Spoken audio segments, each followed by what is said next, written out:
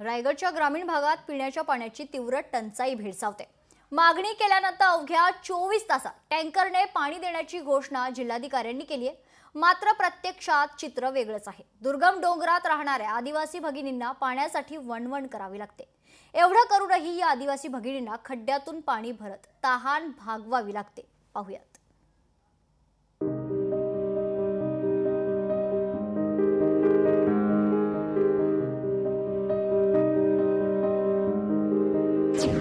घोटभर पाण्यासाठी कोसभर फरफट। रायगडच्या ग्रामीण भागात पाण्याची टंचाई। कोरड्या नदीत खड्डा खोदून पाण्याचा शोध। सकाळी उठायचं आणि डोक्यावर हंडे कळशा घेऊन पाण्यासाठी चालत राहायचं। मोठी माणसं आणि लहान मुलंही अशी पायपीट करत राहतात। तुम्ही बघत आहात ती दृश्य मराठवाडा किंवा विदर्भातल्या दुष्काळग्रस्त गावातली नाहीयेत, तर ती आहेत मुंबईला लागून असलेल्या रायगडच्या माणगाव मधील डोंगराच्या कुशीत वसलेल्या पन्हळघरच्या आदिवासी भगिनींची ही हंडाभर पाण्यासाठी धडपड।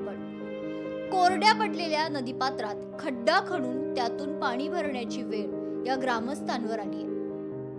पण पाईपलाईनच नाही आमच्या वाडीमध्ये आले तर 3 वर्ष झाली, कोणी लक्षच दिला नाही। काय नाही, आम्ही पाणी डोक्यावर आणता, मग आम्हाला बाई माणसांना त्रास पडतो उन्हात आणत ना आणायला। का आम्हाला कोणाला भेटतं पाणी, कोणाला रात्रीची 8-9 वाजता पाणी भरतं, 10 पण वाजतात पाणी भरायला। सकाळी उठून 5 वाजता, कधी 4 वाजता उठतात बायका पाण्यासाठी, तेव्हा कुठं कामाला जायला भेटतं, नाही तर घरीच राहतात। साधारण 80 उंबरठ्याच्या या आदिवासी वाडीवर 200हून अधिक लोकवस्ती आहे। गावापासून हाकेच्या अंतरावर पाटबंधारे विभागाचं धरण आहे, परंतु आजवर या धरणाचं पाणी कधी इथल्या आदिवासींच्या मुखाला लागलंच नाही। गावाजवळ डॉक्टर बाबासाहेब आंबेडकर तंत्रशास्त्र विद्यापीठ आहे, तिथं पुरेसं पाणी आहे। आजूबाजूच्या गावांना नळ पाणी योजनेतून पाणी पुरवठा होतोय, पण ही आदिवासी वाडी आजही तहानलेलीच आहे।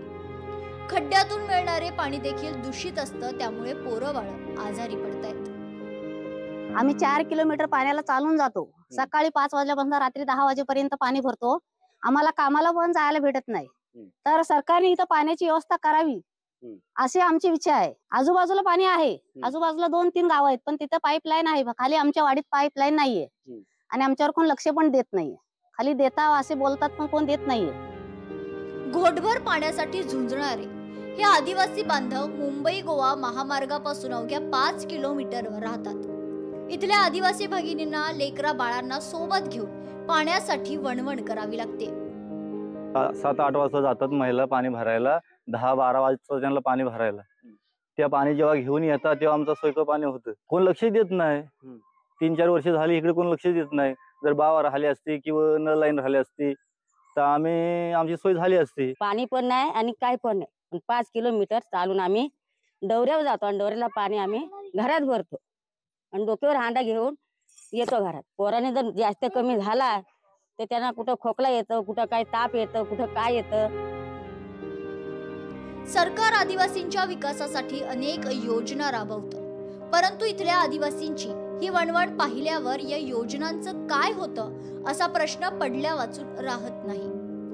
डोंगर दरीत राहणाऱ्या या लाडक्या बहिणींचा रोजच्या जगण्यासाठीचा हा संघर्ष केव्हा थांबणार, हाच खरा प्रश्न। भारत गोरेगावकर, लोकशाही मराठी, रायगड।